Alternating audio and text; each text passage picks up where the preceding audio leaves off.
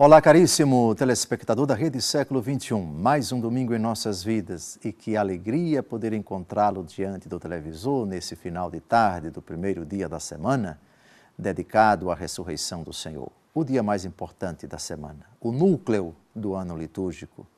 A Páscoa, na verdade, é a síntese, é o sinônimo da palavra domingo. O programa Luz da Vida, pela sexta vez, vai tratar do tema da providência divina. Creio na providência divina, um tema vastíssimo, um tema muito longo, muito complexo e de vital importância para a nossa fé.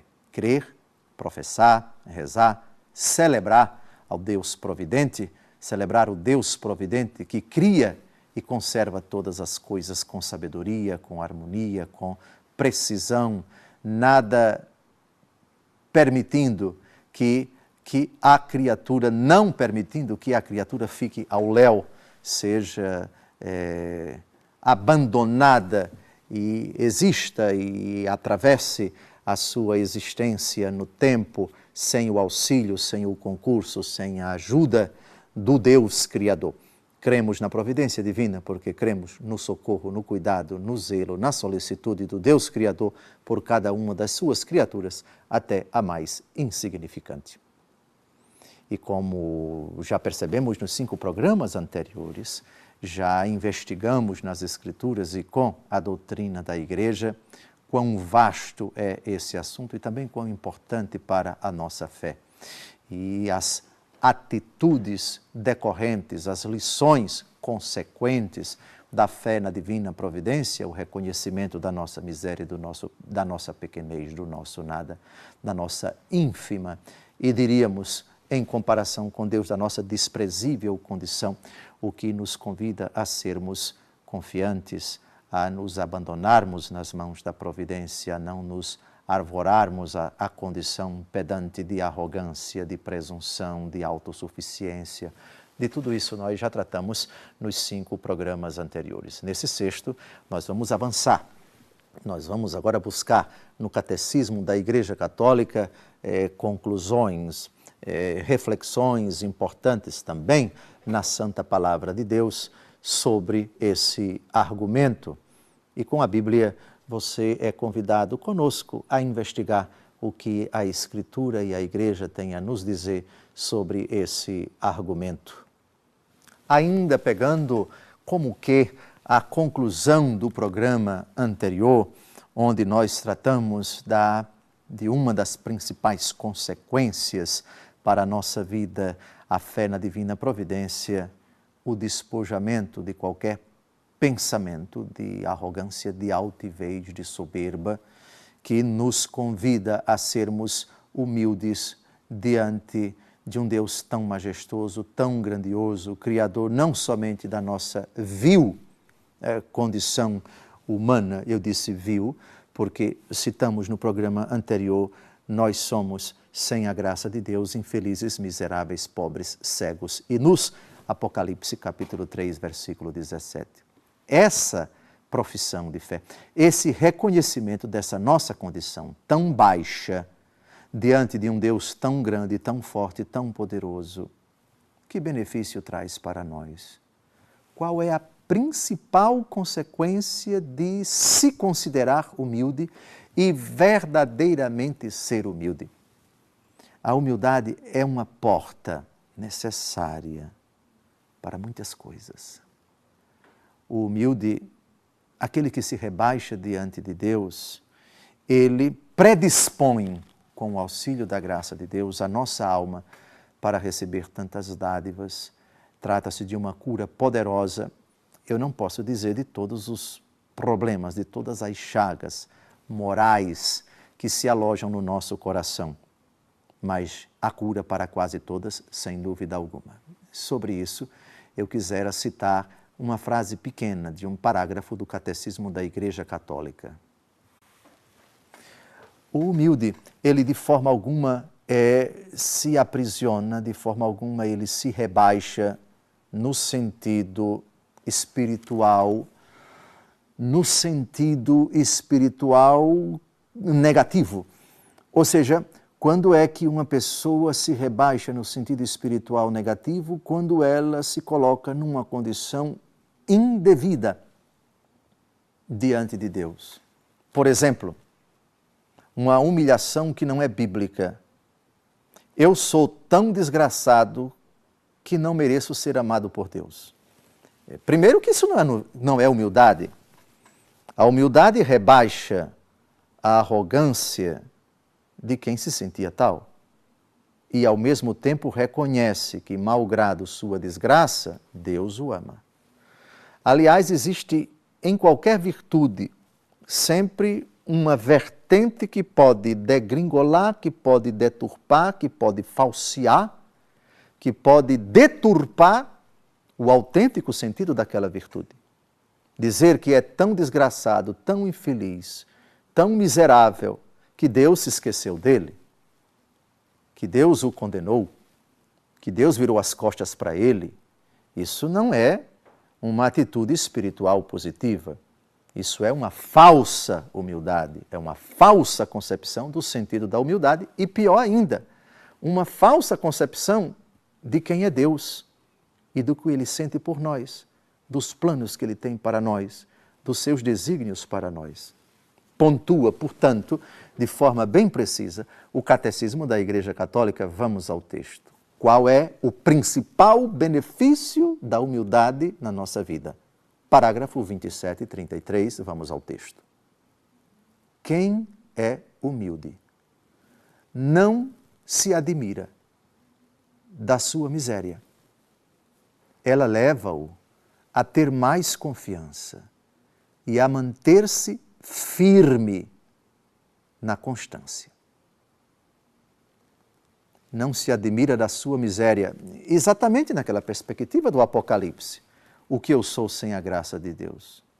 O que é que eu conseguiria sem a graça de Deus? A 1 Coríntios, capítulo 4, versículo 7, diz: o que tens que não tenhas recebido? E se recebeste tudo, por que te glorias? Por que te envaideces? Pronto. Aqui está o reto sentido da humildade. Ou seja, eu não me admiro das minhas quedas, das minhas fraquezas.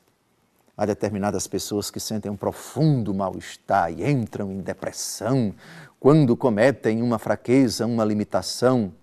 Na verdade, são pessoas perfeccionistas. São pessoas que pensam que são tão perfeitas, tão impecáveis, que não se permitem, que não admitem que possam errar quando falam, que possam cometer tolices, que possam cometer pecados. E quando constatam isso, seja pela própria reflexão, seja pela própria constatação da limitação, da miséria, ficam angustiadas, ficam profundamente perturbadas. O humilde não se surpreende com sua miséria.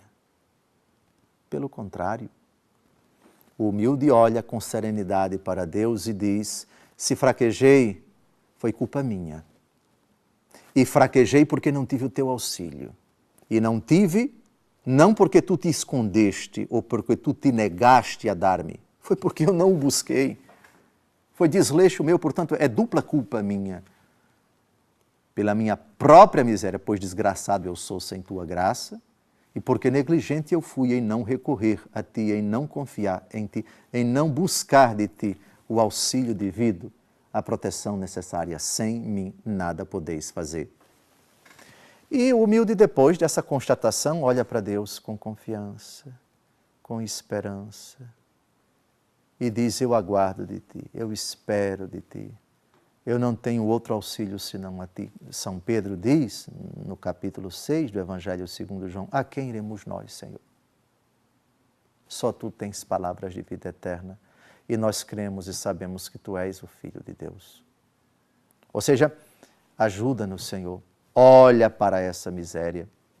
Outra personagem bíblica, na verdade, um anônimo: eu creio, Senhor, mas aumenta a minha fé. Ou seja, vem em socorro da minha incredulidade. Como posso fazer se não há quem me auxilie? Como eu posso realizar se não tenho o socorro do alto? Eu levanto os olhos para os montes, diz o autor do Salmo 120, e me pergunto de onde virá o meu socorro. E ele mesmo responde, o meu socorro vem do Senhor que fez o céu e a terra, aquele que não dorme nem cochila, o que é o guarda de Israel. Perceberam aqui a riqueza da humildade? Que porta ela acaba se tornando? Que pedagogia ela traz consigo? Não, eu não me surpreendo com essa miséria e não me surpreendendo vendo o nada, a lama, a indignidade, a vergonha, a ínfima condição que é a minha pobre miséria, eu olho para Deus com confiança, com esperança e com serenidade. Eu inclino o meu coração a Ele, levanto minhas mãos para Ele, imploro o meu socorro e de joelhos digo, não há outro fora de vós, Senhor, que possa me auxiliar. Só a vossa grandeza, só o vosso poder, só a vossa majestade. Assim, a fé na providência é remédio para qualquer chaga da alma que incha o coração do homem. O apóstolo Paulo diz que a caridade edifica, a ciência incha. Há uma ciência que não é de Deus, há uma ciência que é soberba, há uma ciência que não é apenas o acúmulo de conhecimento, mas é uma disposição falaciosa, enganosa, ilusória, falsa, artificial, que leva a natureza humana a pensar-se perfeita, ou então ornada de virtudes e de uma força mentirosa, também não verdadeira, decorrente dessas, digamos assim, conquistas, dos diplomas que nos fizeram mais cultos, mais privilegiados, mais destacados, de capacidades que nos tornam superiores a determinadas pessoas, e no trato com elas, elas são nossas subordinadas. A fé na providência nos coloca de fato no justo lugar. Eu sou barro nas mãos do oleiro. Eu sou tão pequeno diante de um Deus tão grande. E veja quantas limitações eu carrego comigo. Devo, portanto, me curar. Devo, portanto, me dobrar diante do Senhor e extirpar do meu coração a presunção insana dessas vaidades enganosas, desse pensamento falso, dessa ilusão do meu coração que não é obra senão do demônio. No segundo bloco, nós retomaremos esse argumento a partir do texto do livro da sabedoria. Não saia daí, até logo mais, se Deus quiser.